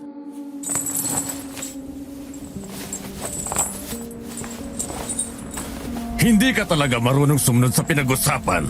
Ano, Kenneth? Wala kang kadala-dala. Pinagsabihan na kitang layuan mo na kami para hindi ka mapahamak pero talagang hindi ka nakikinig. Naawa pa naman ako sa'yo dahil pamangking kita at gusto kitang mailigtas. Pero wala. Walang iya ka, Tito Harold. Naging mabuti sa'yo sina Papa. Pero anong ginawa mo ha? Trinaydor mo ang pamilya ko. Para lang sa kayamanan, ipinagpalit mo ang buhay ng kapatid mo. Kung makapagsalita ka, iho, akala mo naman alam mo ang lahat ng tungkol sa pinagdaanan ko. Ang negosyong tinatamasa ko ngayon, sa akin naman dapat talaga yan kung hindi lang inagaw ng papa mo. Kaya ang nangyari sa kanya, karma niya lang yan dahil tinalikuran niya ako matapos siyang manahin lahat ng ari-arian namin. Naririnig mo ba ang sarili mo, Tito Harold? Sa inyong magkakapatid, kayo ang pinaka-close ni Papa. Lahat kaya niyang gawin para sa'yo. Tapos itong isusukli mo sa kanya? Kung gusto mo pala ng hati sa kumpanya, sana nagsabi ka. Madaling kausap ang Papa. Hindi yung gaganituhin mo siya. Masyado ka ng maraming sinasabi. Hindi lang naman ang ari-arian ang inagaw niya sa akin, Kenneth. Kundi pati na rin ang babaeng sana mapapangasawa ko. Ang mami mo. Ano? Siya ang babaeng mahal ko. Pero dahil sa papa mo, nasira ang relasyon namin. Masyadong nasilaw sa pera ang mama mo. Kaya niya nagawang sumama sa papa mo. At yun ang dahilan kung bakit gusto ko ipakita sa kanya na namali siya ng lalaking napuntahan. Dahil ako dapat yun at hindi si Hans. Naging kayo ni Mami? At hindi lang yun, Kenneth. Alam mo ba kung bakit kahit nasa harapan kita ngayon ay kayang-kaya ko namang tapusin ang buhay mo? Hindi ko pa rin ginagawa. Hindi. Ayoko makinig kung ano man yan. Dahil ako ang tunay mong ama. You fool! Ako pa bang uutuin mo ha? Sinong tangang maniniwala sa pinagsasabi mo, Tito Harold? Dahil yon ang totoo, Kenneth. Nung araw na wala na sila, akala ko maayos ko ng lahat. Akala ko mabubuo na tayo. Ikaw, ako, pati si Gary. Tayong tatlo ang magpapatakbo ng kumpanya. Tayo mag-aayos nun. Pero hindi ka makapaghintay. Totoo namang para sa kabubuti mo nung una. Kaya gusto ko sanang ako muna ang mamahala sa kumpanya. Pero ibabalik din kita. Pero hindi ka nakinig. Mas pinili mong umalis. Para sa akin nun, buo na ang isip mo. Ayaw mo na sa buhay na meron ka nun. Tapos babalik ka para sirain ang nabuo ko. You're so greedy, Tito Harold.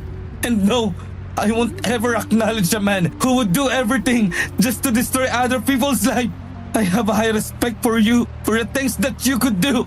But you chose to break my trust. Di ako babalik dito kung hindi ko lang nalaman na punteriya mo ang libo-libong buhay ng mga tao ang sisirain mo. Sa tingin mo, anong pagmumukha ang ihaharap mo sa pamilya ng mga yon kapag bigla na lang silang nawala ha? Simple lang naman ang katapat ng mga yan eh. Pera! Pumirma na sila sa kontrata at alam nila na ang pagpirma nila doon ay isa lang ibig sabihin. Sinasangla na nila ang buhay nila sa akin kapalit ang kaginawaan. Ang dumi ng pagkatao mo. I know, iho. Matagal ko nang alam yan. At dahil marami ka nang nalalaman, dapat ka nang mawala sa mundong ito. Wag! Dad! Itigil mo yan! Huwag kang makialam dito, Gary. Bakit ba nandito ka, ha? Di ba sinabi ko sa'yo, bantayan mo ang mga biyag natin. Malapit na ang kabilugan ng buwan. Kapag nagbago ang isip ng mga yon, todas tayo. Hindi ko na to kaya, Dad. Habang tumatagal, mas lumalala na tong mga nangyayari sa atin. Ang dami nang nadadamay at hindi na rin kita halos nakikilala. Nagbago ka na. Ay, enough with the dramas, Gary. Sumasakit ang ulo ko sa inyong dalawa ni Kenneth. Pwede ba? Once and for all, hayaan niyo kong tamasahin ang buhay na para sa akin. Let's finish him, Gary, and live our lives. Tol, hindi ako naging mabuting pinsan sa'yo. Alam ko yun. At pasensya na rin kung wala akong nagawa para pigilan si Dad. Kagaya mo, nagmahal lang din ako ng magulang na hindi ko sigurado kung mahal din ba ako.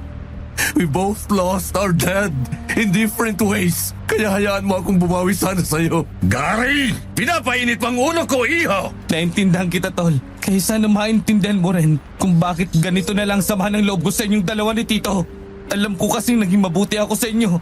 Kaya bakit hindi nyo magawa yung para sa akin? Kayo na lang ang meron ako. Just to clear things out, Kenneth. You chose to abandon us. Hindi kami. At ang nakakasama ng loob na hindi mo nakitang ginawa lang namin ang dapat naming gawin nung mga panahong yon. Just to protect you. Dahil hindi ko na ulit gustong mawala ng kapamilya. But what did you do? Huli na ang lahat, Dad.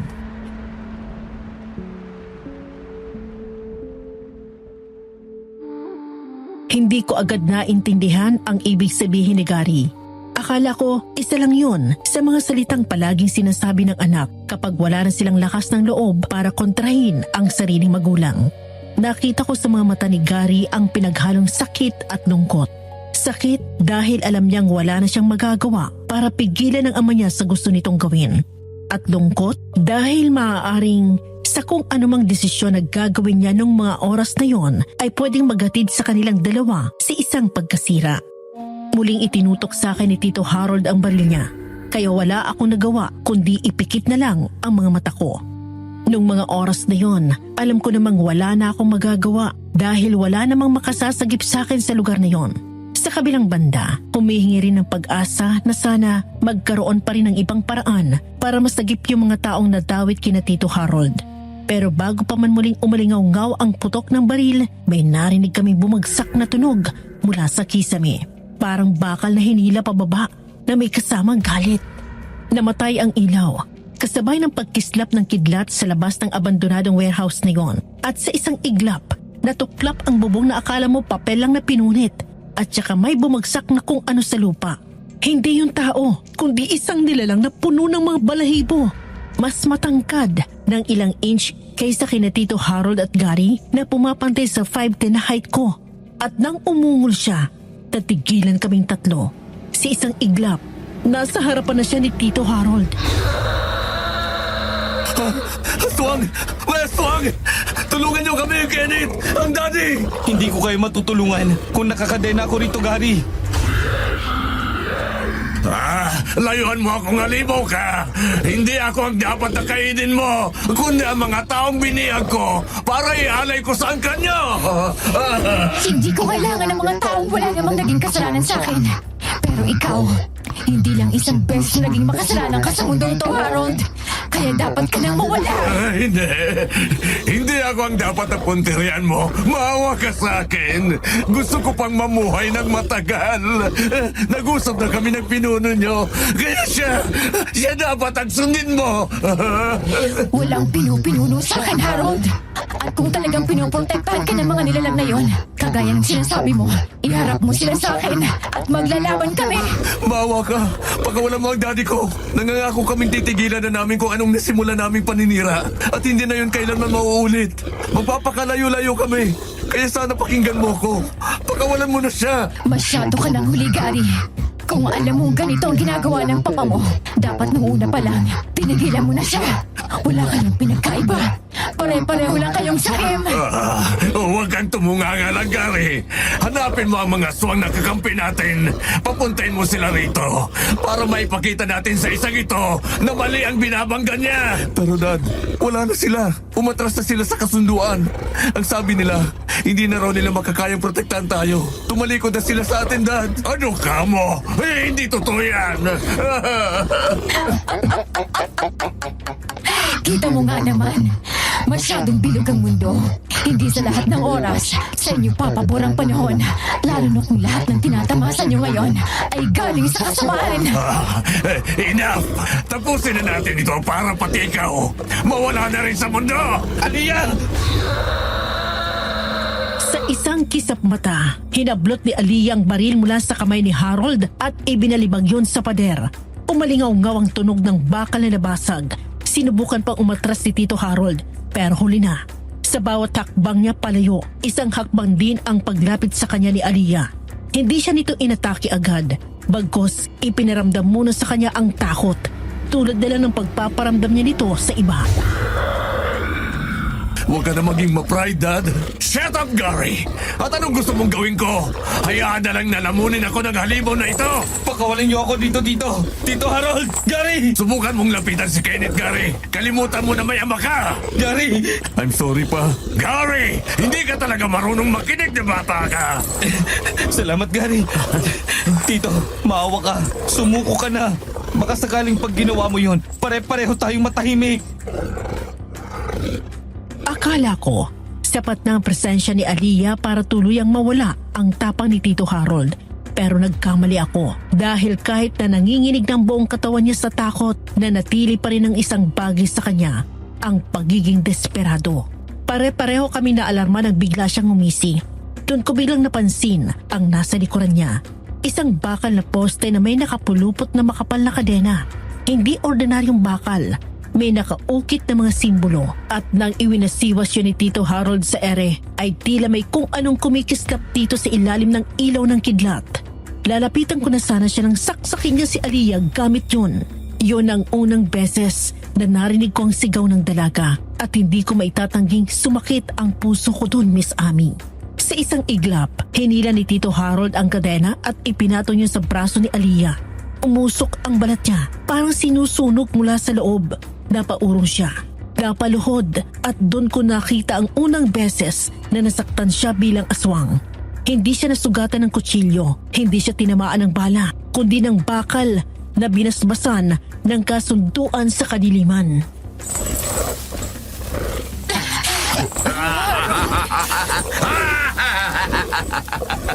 Akala mo ba, papasok ako sa laban na to nang walang paghahanda? Matagal ko nang inaabangan na mangyari ito. Halimaw ka! Lahat ng ito para sa araw na ito! Alam kong darating ang araw na tatalikuran ninyo ako, kaya naganda na ako! Huwag mo nang ipilit, dad. Kahit anong gawin mo, hindi tayo magtatagumpay. Huwag mo akong papangunahan, Gary! Hayop ka! Huwag mong sabihin kinakampihan mo ang mga yan kaysa sa akin na amo mo! Kenneth, ilayo mo na ang halimaw na yan dito. Umalis na kayo. Hindi pwede. Hanggat hindi sumusuko ang papa mo, Gary, hindi yan titigil hanggat walang nagpapatigil sa kanya. Agawin mo. Agawin niyo ang hawak niya. Aliyah! Eto sa'yo! Halimaw ka! At sa sandaling yon, nawala ang halimaw sa harapan ko. Ang nakita ko ay isang nilalang na may kakayahang masaktan at mamatay. Muli niyang hinilang kadena, mas malakas, mas madiin at doon ko nakita ang pagbabago sa mga mata ni Aliyah. Hindi galit, Hindi puot, kundi isang desisyong matagal niyang iniiwasan. Tama na, Tito Harold! Maawa ka na! Kung hindi niyo ako susundin, pues ako ang gagawa ng paraan para mapasa akin lahat ng kayamanan na pwede kong makuha sa mundo niyo. Hindi kita titigilan! Dad! Tama na! Tito Harold, makinig ka sa anak mo. Hindi ikaw yan. Huwag ka magpalamon sa pagiging sakim mo. Hindi lang kapangyarihan at pera ang sagot sa lahat. May pamilya ka pa! Dad! Pero parang walang naririnig si Tito Harold, Miss Ami. Hanggang sa napagod na lang siya't hinayaan niyang matumbas sa isang gilid si Aliyah na halos maubusan na ng hininga. Hindi ko na napigilan ang sarili ko. Sinugod ko si Tito Harold at saka pinaulan na ng suntok.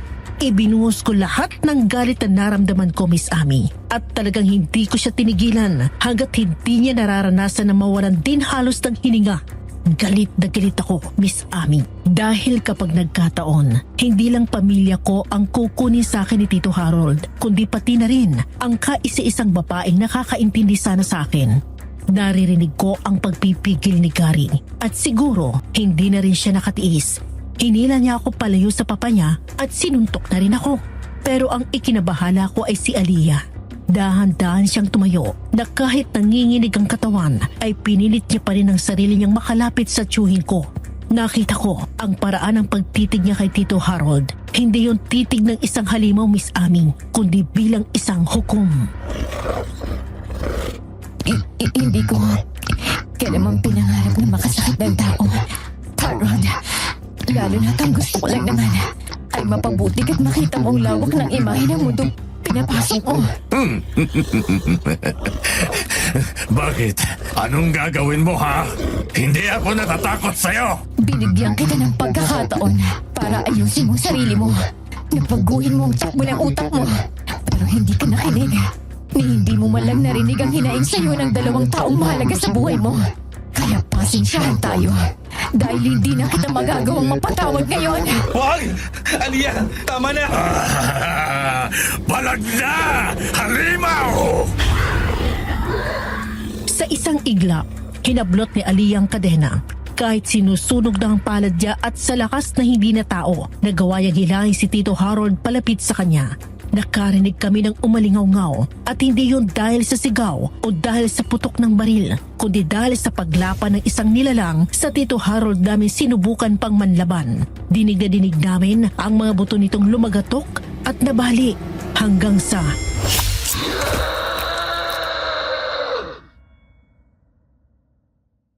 Bumagsak si Tito Harold sa sahig at wala ng buhay. Tapos nagkaroon ng katahimikan sa pagitan naming tatlo sa loob ng warehouse na yon. Kasunod nito ay ang pagbagsak din ng katawan ni Aliyah sa sahig at nakita namin ang pagbalik ng dati niyang katawan. Ang dami niyang sugat, Miss Ami, na alam kong sa katawan ng isang tao ay maaaring hindi niya kayanin ang sakit. Napaluhod na lang din ako dahil sa panghihina.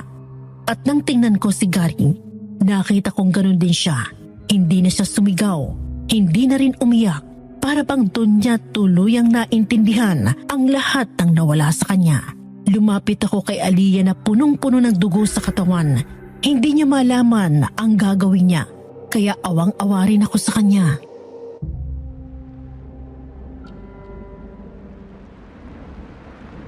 Hindi ko alam kung paano kita pasasalamatan. At sa parehong pagkakataon, hindi ko rin alam kung paano ako hihingi ng tawad sa iyo, Aliyah. Alam ko na yung mga ginawa mo para sa akin ngayon lang ay wala lahat sa plano mo. Kaya sana mapatawad mo rin ako. Dad!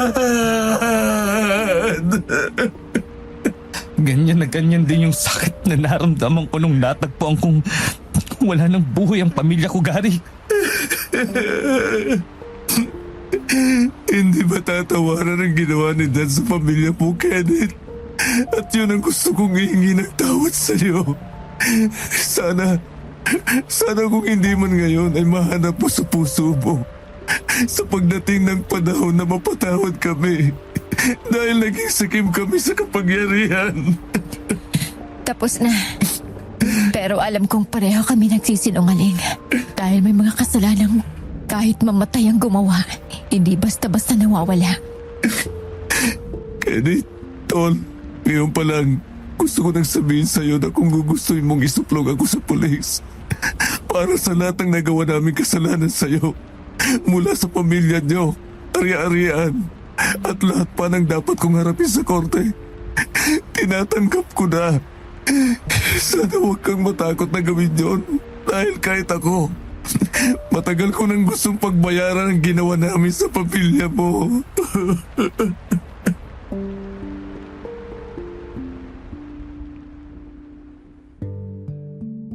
Matapos ang gabing yon, walang nagawa ang sinuman kundi harapin ang katotohanan.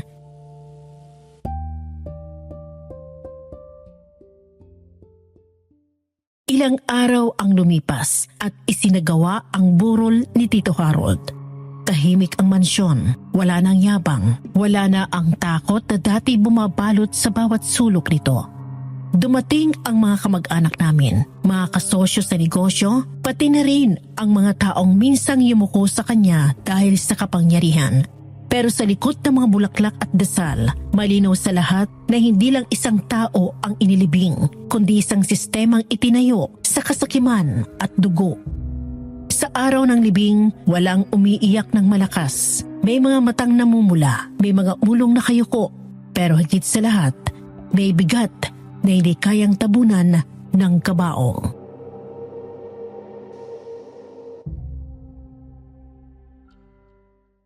Pagkatapos nun, sunod-sunod nang gumulong ang hustisya.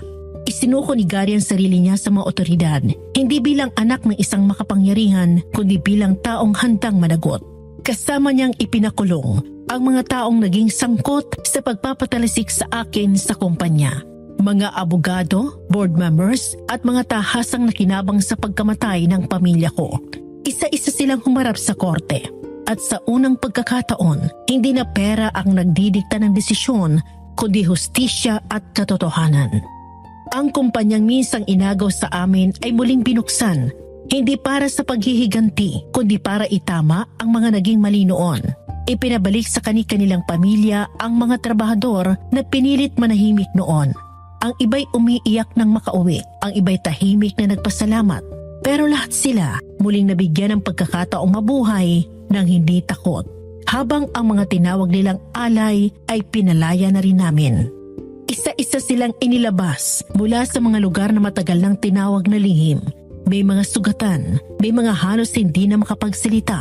Pero sa bawat taong lumalabas sa liwanag, unti-unting nabubura ang kapangyarihang minsang inangkin ni Tito Harold.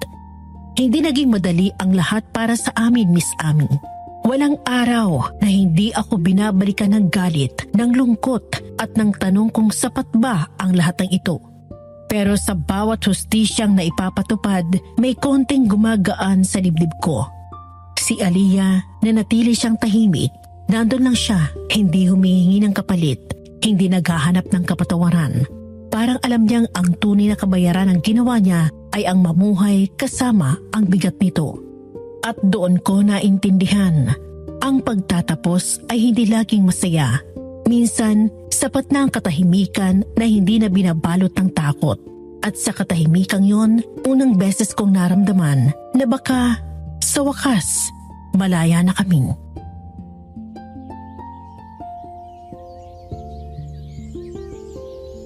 Ngayon, tapos na talagang lahat.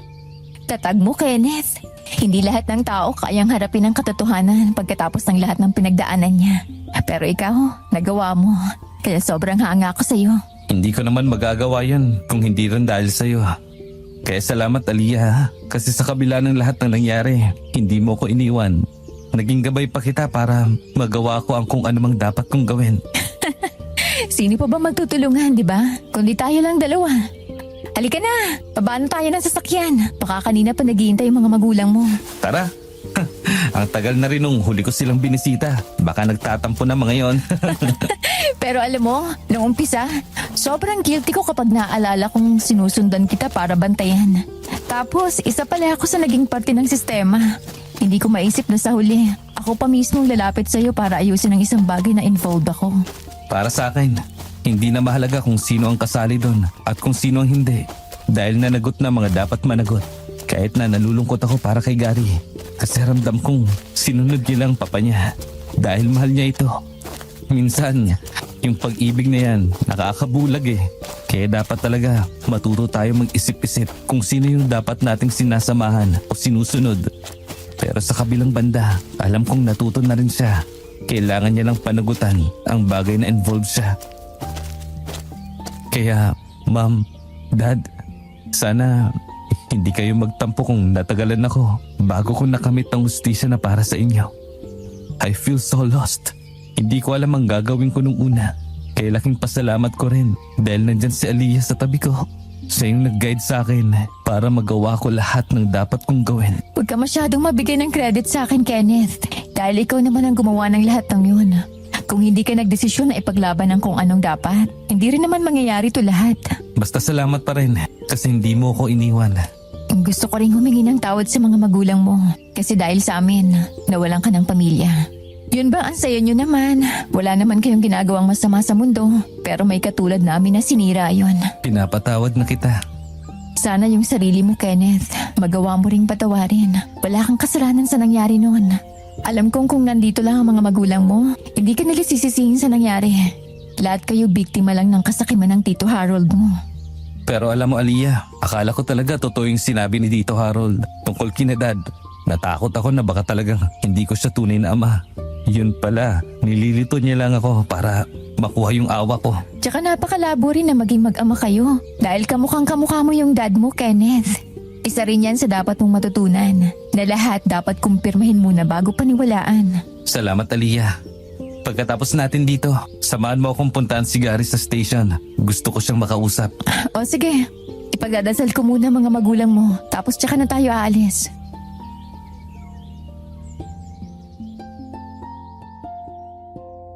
Ang laki rin ng pasasalamat ko sa Panginoon noong mga panahong yon, Miss Ami. Dahil hindi niya ako pinabayaan at binigyan niya ako ng Aliyah na makakatuwang ko sa buhay. Siguro kung wala siya, hindi ko na rin alam kung anong gagawin ko sa buhay ko. Baka talagang hindi na ako nakabalik sa dati kong buhay at hindi nakamit ang hustisyang isinisigaw ko lang sa loob ng pagkatao ko.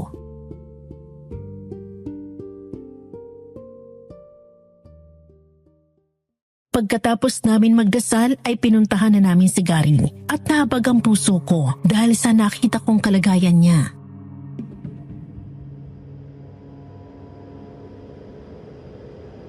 Tol, salamat sa pagbisita mo. Bakit parang nangangayayat ka na tol? Kumakain ka ba rito? Kumakain naman. Maraming pagkain dito, pero hindi lang ako makasabay minsan sa iba. Ganito pala kapag preso ka, no? Marami kang magiging realizations dito sa loob. Sa totoo lang, parang gusto ko na rin i-areglo ang kaso dahil kaya mo namang magbago kapag nasa labas ka, di ba? Kaya ko bro, pero hindi ko rin maitatangging gusto ko rito dahil may mga program sila para sa amin na ginaguide kami at tinutulungang magbago. Baka kapag nasa labas ako, hindi ko kakayanin bro dahil baka habang buhay akong hantingin ang nagawa naming magtatay sa inyo. Pero gusto ko rin magpasalamat dahil pumasok din yan sa isip mo bro. Malaking bagay na para sa akin yun. Alam kong alam mo kung anong makakabuti para sa'yo tol. At sana alam mo rin na nasa labas lang ako. Iintayin kita. At sana kapag dumating na yung panahon na napagbayaran mo na lahat, makapagsimula ulit tayo bilang pamilya. Walang problema bro. Asahan mo yan.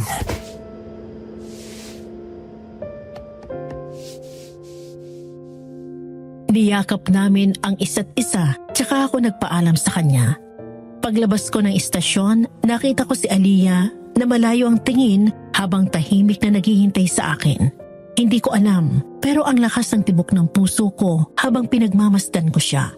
Ito yung babaeng nakasama ko nung mga panahong pakiramdam ko ay wala na akong kakampi sa mundong ito. Sa dami ng babaeng dumaan sa buhay ko, isa siya sa nagpatunay na pwede akong mahalin, na hindi minamind ang status ko sa buhay. At may babae pa palang kaya akong samahan even in the lowest point of my life. At dahil dyan, I have this conclusion na hindi ko kakayanin kapag nawala siya sa akin, Miss Ami. Kasi ngayon, parang kahit anong iba tong problema sa buhay ko, basta kasama ko siya, alam kong kakayanin ko.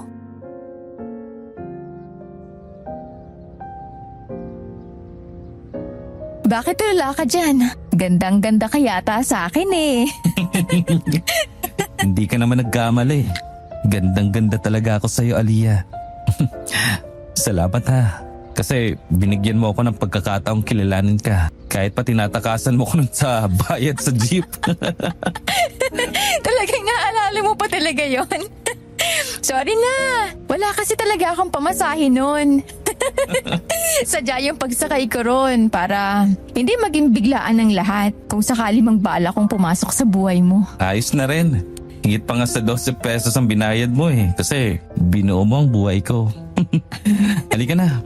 Pumunta na tayo sa apartment. Ang corny mo pala. Hindi halata sa pagkatao mo, ha?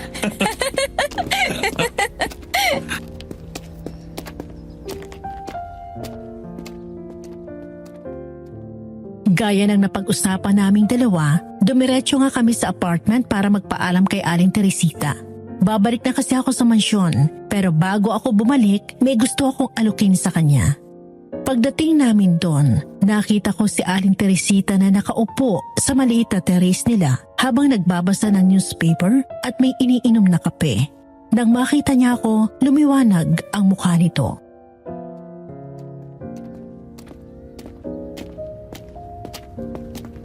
Ay, Kenneth, iho, bumalik ka. Kamusta ka na? Ang tagal kitang hindi nakita dito, sino siya, iho? Girlfriend mo? Nako, hindi po. Kaibigan ko lang po, Aling Teresita. Pumunta lang po ako rito para sana magpaalam sa inyo. At magpasalamat na rin dahil hinayaan niyo akong mangupahan dito sa apartment Ay, niyo. nako, wala yun, iho. Mabait ka naman, tsaka natutuwa ako sa'yo. Eh, kung aalis ka na pala, saan ka na pupunta? Sa bahay po namin. Babalik na po ako. Ay, ganun ba? Ay, mas okay na yon. At least, di ba, makakabalik ka na sa totoong lugar mo. Kaya nga po eh.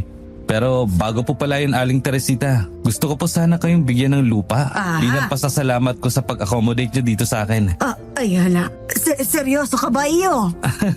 Pero... Wala na pong pero. Aling Teresita, gusto ko lang pong magpasalamat sa inyo. Malaking investment na rin yun kung sakaling magbalak na kayong mamahinga. Ay, nako, daig ko pag nanalo sa loto nito. Ay, nako, salamat talaga, iho. Wala po yun. So, paano po, Aling Teresita? Mauna na po ako. Ito na po pala yung bayad sa renta ko. At yung sobra po, kayo na rin po ang bahala kung anong balak yung gawin. Sobrang laking bagay naman ito. Maraming salamat talaga, Kenneth. Hulog ka ng langit sa akin. Pagpalain ka ng Panginoon.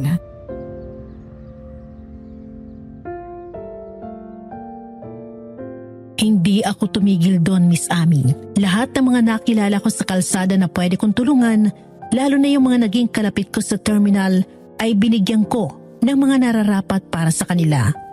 Hindi man nila nalaman ang buong katotohanan kung sino nga ba talaga ako o ang tunay kong pagkatao ay hindi na rin yun naging mahalaga para sa akin. Dahil ang mahalaga na ibalik ko lahat ng kabutihang ipinagkaloob sa akin ng Diyos. At nang matapos ko ng asikasuhin lahat ng dapat kong asikasuhin, ibinuhos ko na yon para sa panghuli kong misyon.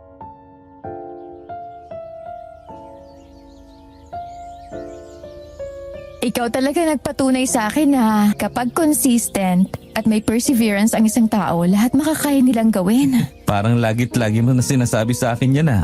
Hindi ka ba napapagod? Siyempre hindi. Ako ang magpapaalala sa yung hindi mo kailangan ng kahit anong sistema para tulungan kang umangat.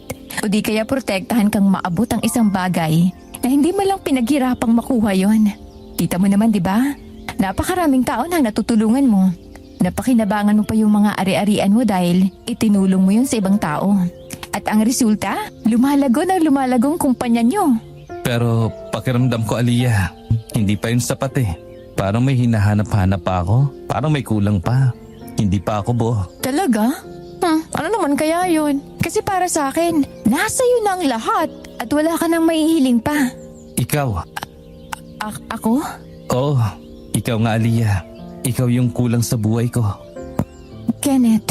Matagal na kitang gusto, Aliyah. At matagal na rin ako naghahanap ng tiyempo para sabihin yun sa'yo. Pero sa tuwing gagawin ko na, biglang may mahalagang bagay ako na kailangang gawin. Doon ko napagtanto na dapat sa tamang oras na lang na ibibigay sa akin ng Panginoon. At siguro, ito na yun, Aliyah. Aliyah, mahal kita. Pero, alam mo hindi tayo pwede. Alam mo hindi ako normal na tao. Hindi naman yun mahalaga para sa akin. Dahil ang mahalaga sa akin ay ikaw, tayo. Ilang beses na kitang nakita sa kakaibang anyo mo noon, pero ikaw pa rin ang hinahanap-hanap ko. Ikaw ang gusto ko, Aliyah. Gusto mo rin ba ako? Ano? Hindi mo ba ako gusto?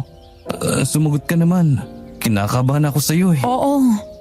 Anong oo? Oo. Mahal din kita. Talaga? Mahal mo rin ako? Yes! Oo. Hindi ko alam kung kailan nagsimula. Basta para sa akin, ikaw din ang gusto ko makasama habang buhay. Kaya oo, mahal kita, Kenneth.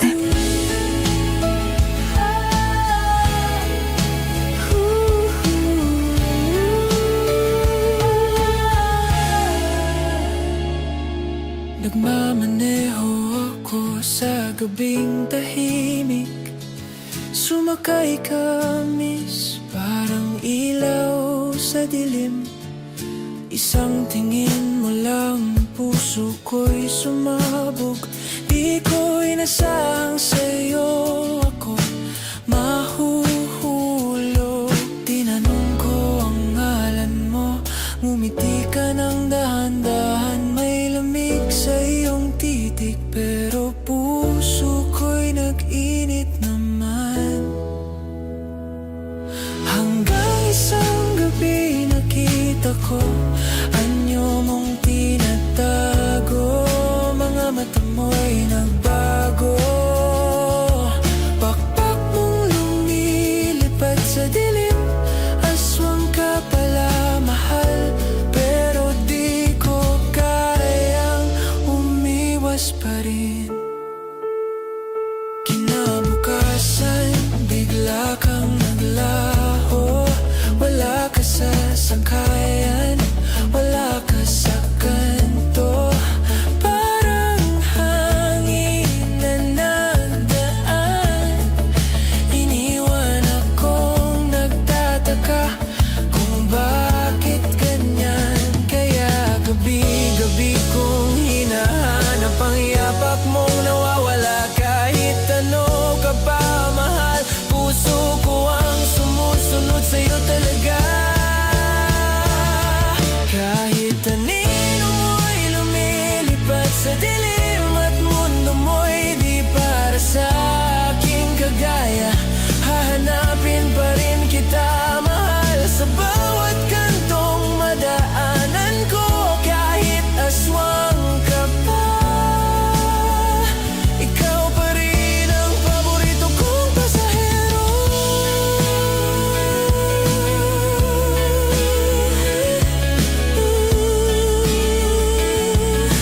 Ikaw pa rin ang paborito kong pasahero. Kahit saan ka magtago,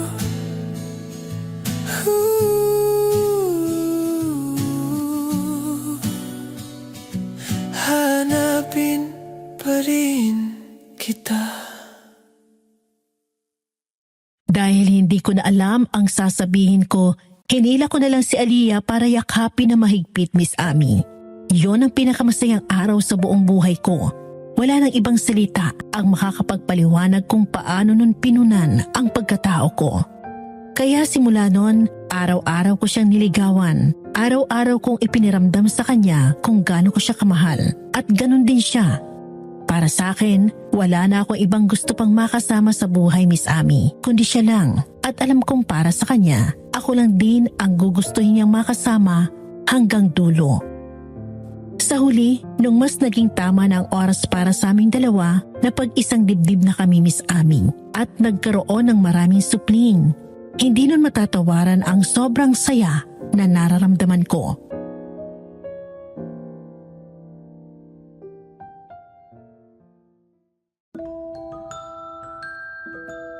At dito na nga po nagtatapos ang kwento ng kaibigan ko si Kenneth, Miss Ami. Sana'y marami kayong natutunan sa kwento nilang dalawa ni Aliyah. Isa po ako sa mga natulungan niya noon nung matapos ang naging problema niya sa pamilya niya. Napakamabait at matulungin ho nun ni Kenneth, kaya malaki ang pasasalamat ko rin sa kanya. Ngayon po ay naging personal driver niya ako at kasalukuyang malaki ang sweldo para sa pagmamaneho ko para sa kanya. Nalaman ko lang din na bilyonaryo pala siya nung minsan niya akong personal na alukin ng trabaho at binigyan pa ako ng pangnegosyo ng pamilya niya. Pambawi na raw yon dahil nung pumapasada pa kami ay tinatanggihan niya raw ang pakikipagkaibigan ko sa kanya. Tama, ako nga po si David. At ayon, maraming salamat po sa pakikinig niyo sa kwento ng kaibigan ko. Ingat!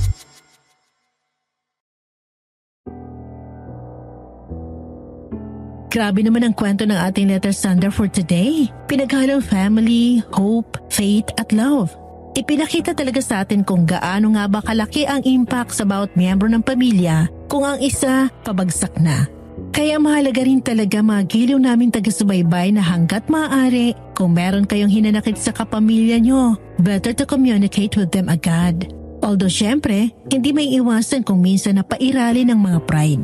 Kaya kung sa tingin nyo, may isa namang kaya mag-step up sa inyo para maayos ang mga relasyon nyo, gawin nyo.